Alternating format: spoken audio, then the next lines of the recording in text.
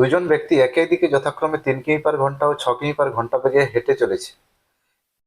একটি ট্রেন পেছন দিক থেকে এসে তাদেরকে যথাক্রমে 9 ও 10 সেকেন্ড অতিক্রম করে ট্রেনটির গতিবেগ কত? এই টাইপের অঙ্ক তোমরা কিভাবে করবে দেখো, শর্ট পদ্ধতি দেখে নাও। তাহলে এখানে দুই ব্যক্তি,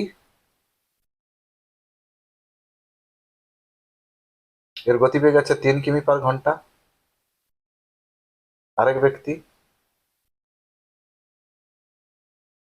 এরও গতিবেগ 6 কিমি/ঘন্টা। আর এদিকে একটা ট্রেন অতিক্রম করে চলে যাচ্ছে। একটা ট্রেন একই দিকে পিছন দিক থেকে এসে অতিক্রম করে চলে যাচ্ছে।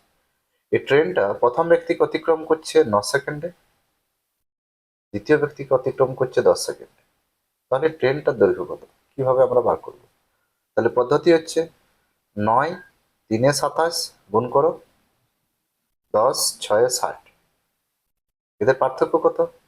7 আর 3 এ 10, আর এখানে আসছে 33। আর সময়ের পার্থক্য কত? 9 আর 10 1 সেকেন্ড। তার মানে আসছে 33 কিমি/ঘন্টা। তাহলে আমরা এখানে কি করলাম, ট্রেনটির গতিবেগ x কিমি/ঘন্টা। তাহলে একই দিকে গেলে কি হয়, আপেক্ষিক গতিবেগ প্রথম ব্যক্তির ক্ষেত্রে আপেক্ষিক গতিবেগ কত? x-3 এত কিমি/ঘন্টা। দ্বিতীয় ব্যক্তির ক্ষেত্রে আপেক্ষিক গতিবেগ কত? x-6 এত কিমি/ঘন্টা। তাহলে এই আপেক্ষিক গতিবেগটাকে মিটার/সেকেন্ডে ট্রান্সফার করতে গেলে 5-18 গুণ করতে হয়। আবার দ্বিতীয় ব্যক্তির ক্ষেত্রে 5-18 গুণ করতে হয়। তো যখন কোনো ট্রেন, কোনো ব্যক্তি, কোনো খুঁটি, কোনো গাছ অতিক্রম করো, তখন সে ট্রেনটা নিজের দৈর্ঘ্য অতিক্রম করে, অতএব 9 সেকেন্ড অতিক্রম করছে, তার মানে নিজের দৈর্ঘ্যকে অতিক্রম করছে into 9।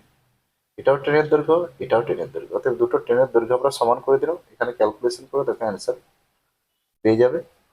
9x - 9 × 3 = 27, 10x - 60, 9x 10x - x, আর এখানে আসছে 60 থেকে -33, তাহলে x সমান হয়ে যাচ্ছে 33 কিমি/ঘন্টা। এভাবে তোমরা বেসিক পদ্ধতিতে